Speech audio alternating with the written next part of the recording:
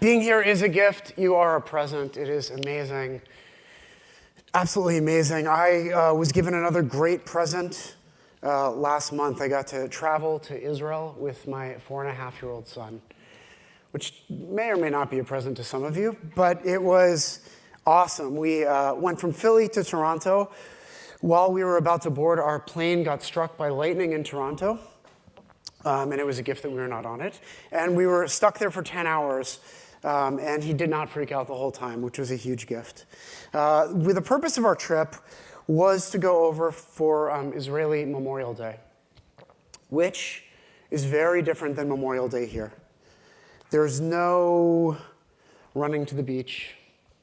There's no 3-day weekend. There's no huge sales on cars or electrical appliances. Everybody's affected.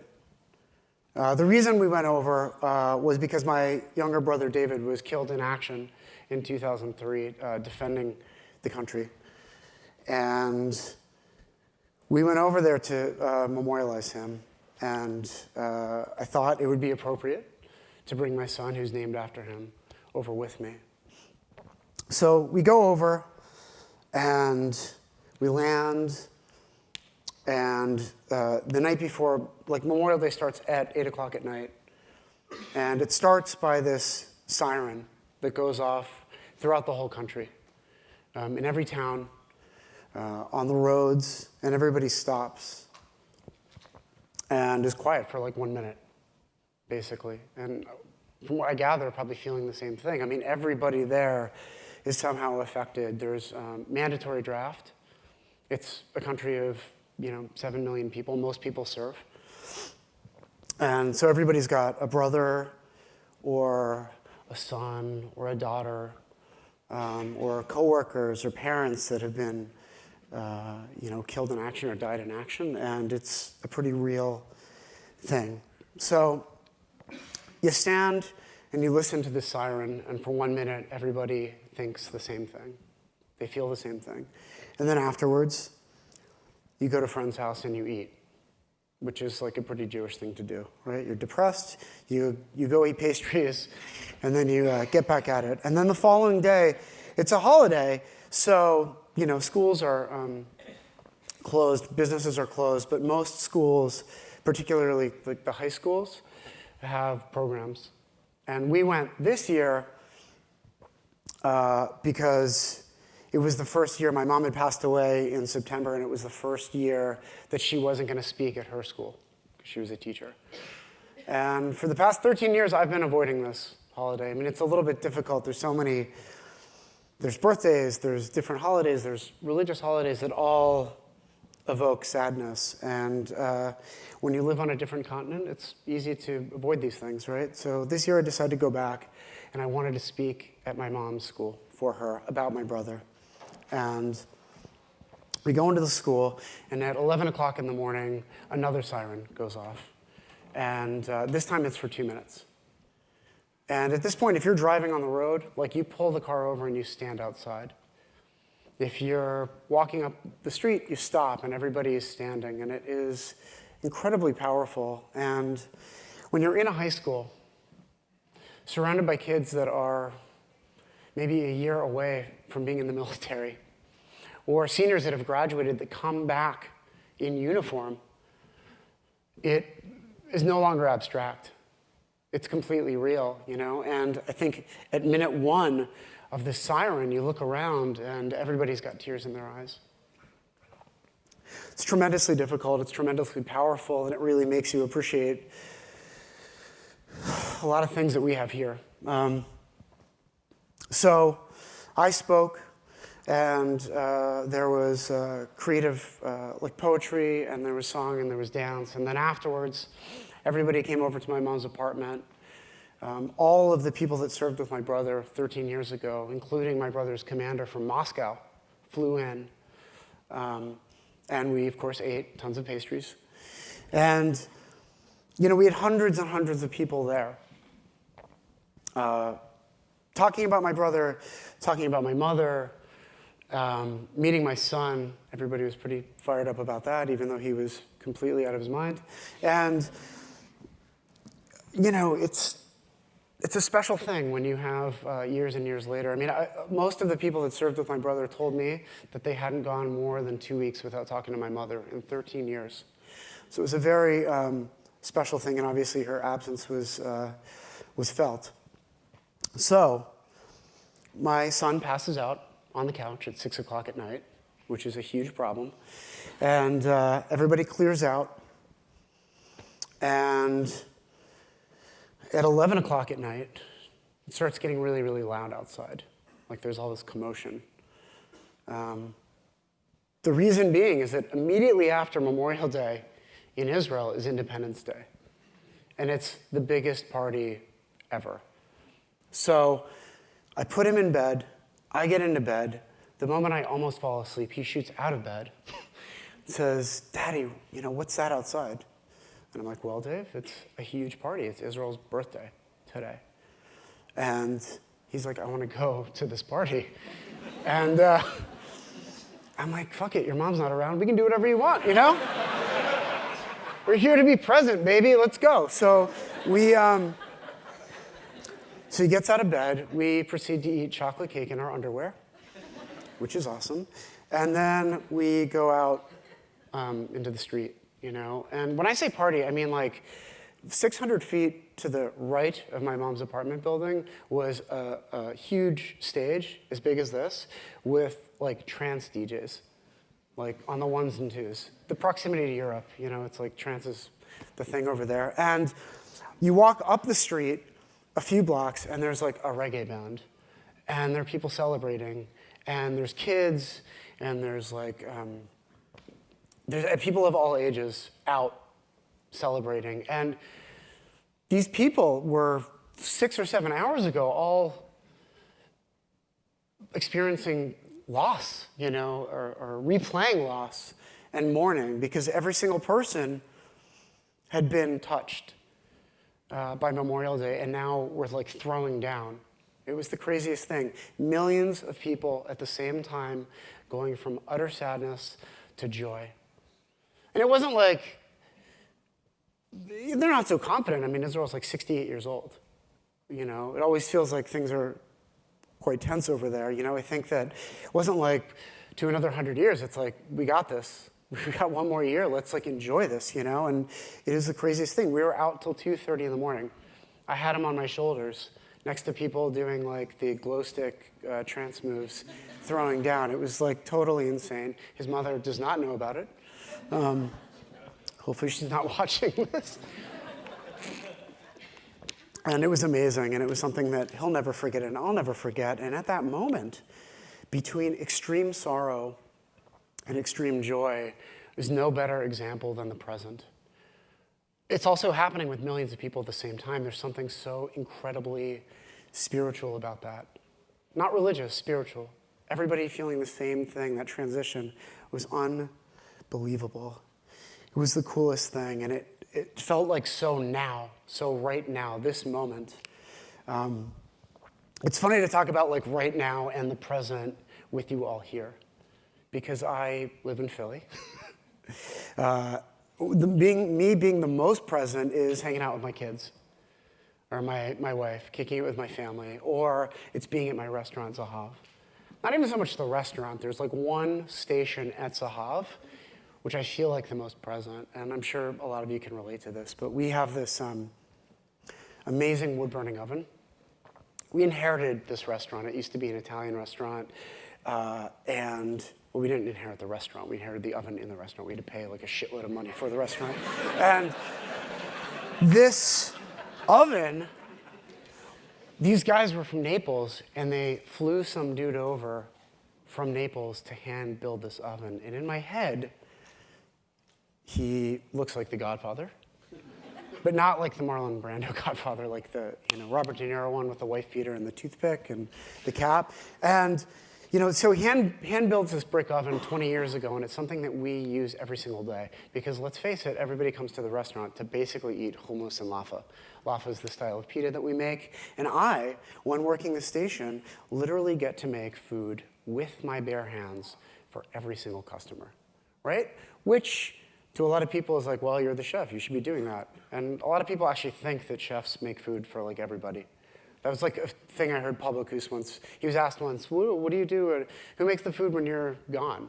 He's like, the same people that make it when I'm in the kitchen, you know? And that's the thing. So we, as chefs, you know, particularly when you start to grow, it's like really, really difficult to find time to actually make food. And to do something so primitive as to ball bread and whip it around and put it in an oven that is powered entirely by natural fuel is something that we've been doing forever, since as long as cooking has existed. And to be able to do it for every single customer in the restaurant, except for the people with gluten allergies, but I still get to swoosh their hummus, so relax. It's special, you know, and from that station, you see from the front door. So if you walk in, Tuesday through Saturday, generally, you can see me covered with flour and I'll wave to you. And there's something really special about that, to be the restaurant owner and the chef, but to be able to like greet people at the door. There's problems with that as well, too, because like if, for example, it's a Moroccan Israeli man that comes over and tells you at the pass during service that your Moroccan carrots suck, and they're not like his mother's, you know, you have to deal with those things. And then he'll send over his mother to tell you how to make the Moroccan carrot salad better. And that's okay, too. I like that. I enjoy it, sort of. And then right in front of the oven is the pass, right? So all the food that goes out of the restaurant, with the exception of pastries, comes right past me. And you get to see all the food go out. Luckily, we've got a pastry chef that used to work at Nomad, so we don't even need to check her stuff. It's awesome. You guys have trained her great. Thank you. And so you get to see all the food that comes out. You get to see control the way that the food all goes out, the way that the food comes in, the orders come in. You get to see the dining room get backed up, which is stressful. And you get to go down like a ton of bricks with all the cooks together as one. And there's something very awesome about being the chef owner and crashing and burning like the old man that I am, in front of all my young cooks. It's something very humbling and also very spiritual. What also happens is that where the oven is, it's situated right in front of the tiny, tiny-ass clown car-like hallway that we have that gets you to the bathroom. So there's always a huge bottleneck right in front of the bathroom. And Tuesday through Saturday, if you go to the bathroom in our restaurant, you will walk past me, and I will literally show you the way to the bathroom. I do it every night, to the left. And it's awesome. I love it. You know why? Because people think that you are clairvoyant. Like, oh my God, the chef knew that I was going to go to the bathroom. He's a magician. Like the dude that was just here, a magician. And he's very sensitive to the capacity of my bladder, you know? Which is huge. And you know what? Now that I like say it out loud, I always say enjoy, which is a weird thing to tell people. You know? Like enjoy, but not for too long. Otherwise, everyone in the restaurant and your party will judge you for being in the bathroom for too long. You know? So you get all these fantastic interactions with everybody, with the customers, with all the diners, with the pissed off Israelis that want to come over and tell me how to do the salad better, with the staff, and it's great. But it is still a restaurant, which means while that is happening, while you're making hundreds of orders of laffa, squooshing hummus, controlling the tickets, everything else is going wrong. Toilets are overflowing, right? Purveyors come in late without product, which happens all the time. Customers come in with 100% more people than they said they were going to when they made the reservation at a different hour, and they get super pissed off at you when you can't seat them. That's okay. We're in the restaurant business. We're here to make it nice. Yeah. I fucking said it. What are you going to do about it?